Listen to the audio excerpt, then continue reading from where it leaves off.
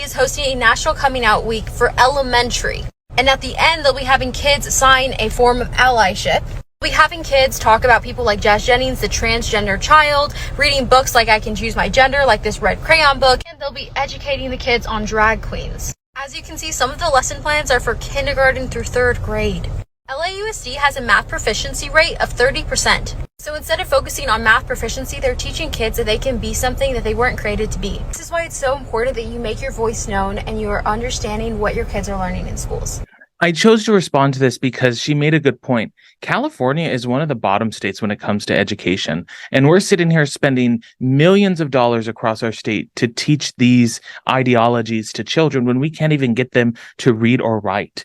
And so it really tells me that LAUSD, who is heavily run by the teachers union, doesn't really know how to educate kids or what is the priority. All it tells me is that as an organization of teachers, as teachers union, you literally are focusing solely on the indoctrination, political indoctrination of children, not even just sexual orientation. You want to indoctrinate these kids into a specific political party, and this way you can maintain your power.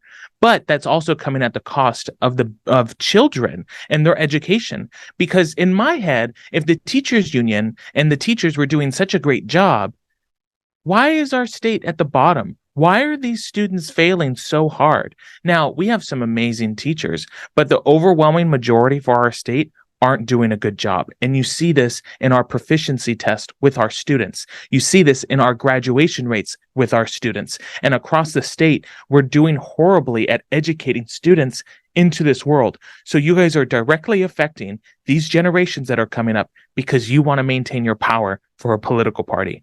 These teachings don't need to happen in LAUSD. It's actually quite disgusting. And I think that, parents need to have their voices heard there and make sure you attend the board meetings and ensure that they know that this is something you're not okay with.